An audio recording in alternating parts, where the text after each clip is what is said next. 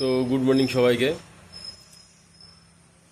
তো আজকে যে বিষয়টি নিয়ে আলোচনা করব সেটা হচ্ছে অনলাইন যে অন্নপূর্ণা যোজনা হচ্ছে, তো সেক্ষেত্রে ডকুমেন্টসের।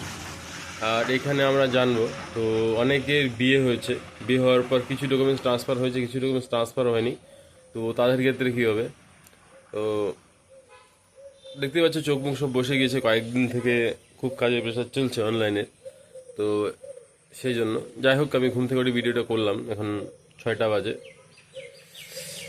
তো যেই সমস্যাগুলো আসছে, তো অন্নপূর্ণা যে যোজনা রয়েছে, অন্নপূর্ণা যোজনা যে অনলাইন হচ্ছে, তার জন্য মেন যে দুটো কাগজ লাগে সেটা হচ্ছে আধার কার্ড এবং ভোটার কার্ড। আর এটা হচ্ছে ম্যান্ডেটারি।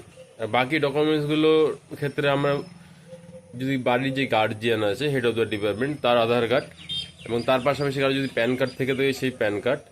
এবং বাচ্চাদের যে ডকুমেন্টসগুলোর কথা বলছি, তো বাচ্চাদের যদি কোনো ডকুমেন্টস না থাকে সেক্ষেত্রে শুধু নামও দেওয়া যেতে পারে।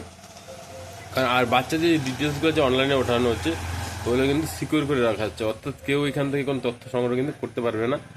এমনকি সরকারও কিন্তু জাস্ট সেটা কিন্তু লিপিবদ্ধ করে রাখছে, ঠিক আছে।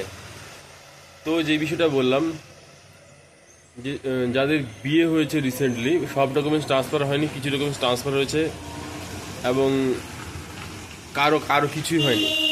এবার কোথায় অ্যাপ্লাই করবে? সে বাপের বাড়ি যে ফ্যামিলি আছে সেখানে অ্যাপ্লাই করবে, না শ্বশুরবাড়ি যে ফ্যামিলি আছে তাদের সঙ্গে অ্যাপ্লাই করবে?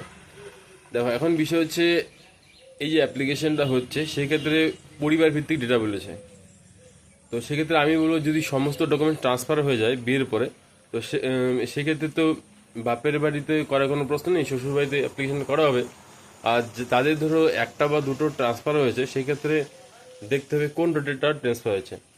যদি আধার কার্ড এবং ভোটার কার্ড ট্রান্সফার হয়ে থাকে, তাহলে অবশ্যই শ্বশুরবাড়িতে করতে হবে।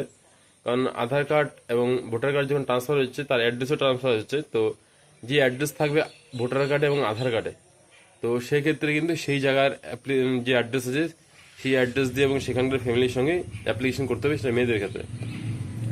কেন একটা ভাইটাল বিষয় হয়ে দাঁড়াচ্ছে যে আধার কার্ড ট্রান্সফার হয়েছে, ভোটার কার্ড ট্রান্সফার হয়নি। তো সেক্ষেত্রে তোমরা চাইলে বাপের বাড়িতে অ্যাপ্লিকেশন করতে পারো অথবা শ্বশুর বাড়িতে, সেক্ষেত্রে কোনো সমস্যা নেই। এটা বললাম ডকুমেন্টসের ক্ষেত্রে যে সমস্যা হচ্ছে মহিলাদের জন্য। আর তারপর একটা বিষয় হলো, অন্নপূর্ণা যে যোজনার অনলাইন ফর্ম ফিল আপ হচ্ছে, সেই ফর্মটা খুব ইজি রয়েছে। তো সেখানে তেমন কোনো ইম্পর্টেন্ট বিষয় নেই যে খুব টাফ রয়েছে, এরকম বিষয় নেই। তো অন্নপূর্ণা যোজনার অনলাইন অ্যাপ্লিকেশনতে কী ডকুমেন্টস লাগছে? মেনলি হচ্ছে যে ফ্যামিলি হেড রয়েছে তার লাগছে যে রেশন কার্ডটা আছে সেই রেশন কার্ডটা। আর বাকি যে মেম্বার আছে সবার কি আধার কার্ড লাগছে, এবং যাদের ভোটার কার্ড আছে ভোটার কার্ড লাগছে, আর প্যান কার্ড লাগছে। আর যে বাচ্চাদের এখনো প্যান কার্ড হয়নি বা আধার কার্ড হয়নি, তো সে তাদের শুধু নাম দিয়ে করা যাচ্ছে। আর যাদের আধার কার্ড তৈরি হয়েছে তার আধার নাম্বার দিয়ে কিন্তু করতে পারছে। কোন যারা স্কুলে পড়ছে, কোন স্কুলে পড়ছে, কোন ক্লাসে পড়ছে, এইসব মেনশন করতে হবে, এগুলো কিন্তু ম্যান্ডেটরি নয়, ঠিক আছে। তো অনলাইন অ্যাপ্লিকেশন হচ্ছে, যারা এখনো করেনি তারা করে নিতে পারো।